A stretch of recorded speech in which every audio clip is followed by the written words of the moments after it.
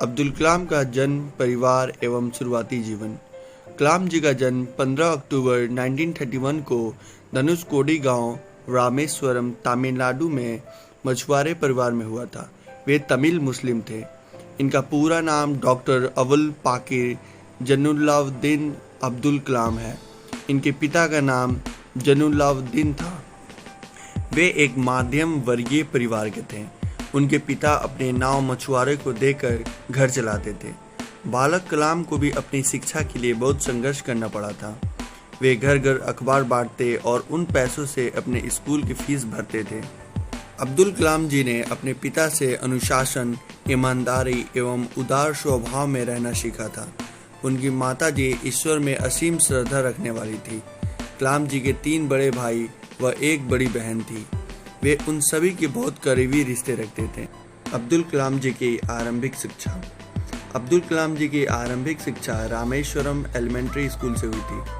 1950 में कलाम जी ने अपने बीएससी की परीक्षा संत जोसेफ्स कॉलेज से पूरी की थी। इसके बाद 1954 से 1957 में master institute of technology MIT से एरोनॉटिकल इंजीनियरिंग में डिप्लोमा किया।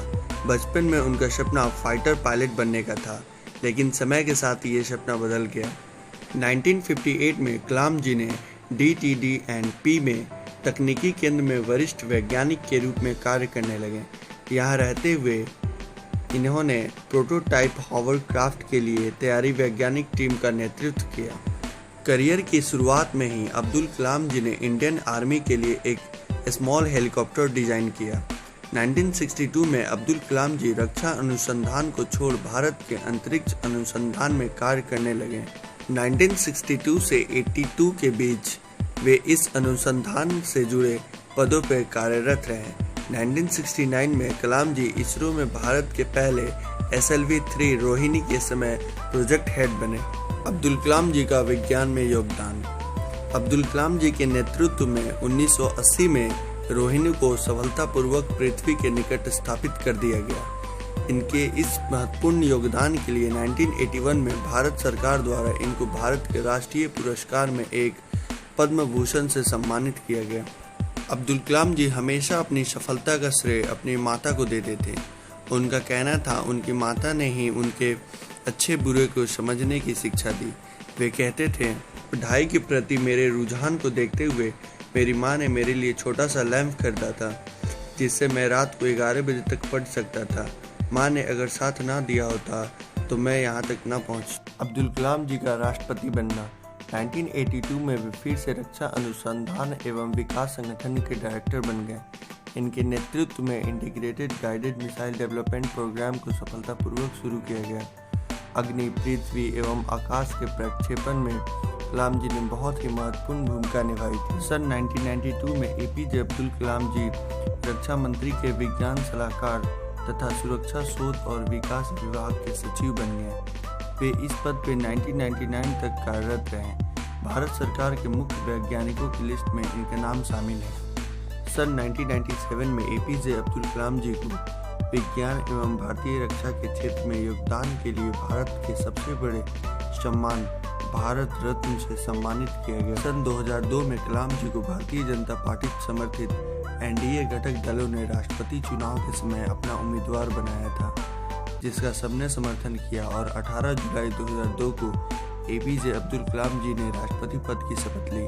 कलाम जी कभी भी राजनीति से जुड़े नहीं रहे, फिर भी वे भारत के सर्वोच्च राष्ट्रपति पद पर विराजमान रहे।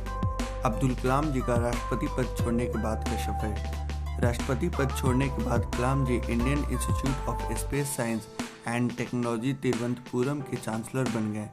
साथ ही अन्य यूनिवर्सिटी के स्पेस इंजीनियरिंग कॉलेज में प्रोफेसर बन गए। इसके अलावा उन्हें देश के बहुत से कॉलेज में विजिटिंग प्रोफेसर के रूप में बुलाया जाता रहा। अब्दुल कलाम जी को मिले कुछ मुख्य अवार्ड एवं सम्मान। 1981 में भारत सरकार द्वारा पद्म भूषण दिया गया। 1919 में भारत सरकार द्वारा पद्म विभूषण दिया गया। 1997 में भारत सरकार द्वारा देश का सर्वोच्च सम्मान भारत रत्न से नवाजा गया। 1997 में इंदिरा गांधी अवार्ड एवं 2011 में IEEE होनररी मेंबरशिप दिया गया। एपीजे अब्दुल कलाम की मृत्यु 27 जुलाई 2015 को एपीजे अब्दुल कलाम शिलोंग गए हुए थे। वहां आईआईएम शिलोंग में एक फंक्शन के दौरान अब्दुल कलाम साहब की तबीयत खराब हो गई थी। वे वहां एक कॉलेज में बच्चों को लेक्चर दे रहे थे, तभी अचानक वे गिर पड़े, जिसके बाद उन्हें शिलोंग के हॉस्पिटल में एडमिट किया गया और उनकी स्थिति नाजुक होने के कारण उन्हें आईसीयू में एडमिट किया गया, जिसके बाद उन्होंने अंतिम सांस ली और दुनिया को अलविदा कह दिया। इस दुखद खबर के बाद 7 दिन के लिए राजकीय शोक का ऐलान किया गया। 84 वर्ष की आयु में उन्होंने दुनिया को अलविदा कह दिया। मृत्यु के बाद 28 जुलाई को उन्हें गुवाहाटी से दिल्ली लाया गया, जहां उन्हें दिल्ली के घर में आम जनता के दर्शन के लिए रखा गया। यहां सभी बड़े नेता ने आकर उन्हें श्रद्धांजलि दी, जिसके बाद उन्हें उनके गांव एयर बस के द्वारा ले जाया गया।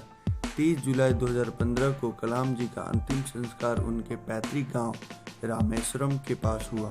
मिसाइल मैन कहे जाने वाले अब्दुल कलाम साहब ने देश की हर उम्र में सेवा की। अपने ज्ञान के माध्यम से उन्होंने देश को कई मिसाइल दी और देश को शक्तिशाली बनाया। उन्होंने भारत को सुरक्षित बनाने की दृष्टि से पृथ्वी, अग्नि जैसे मिसाइल उन्होंने दी।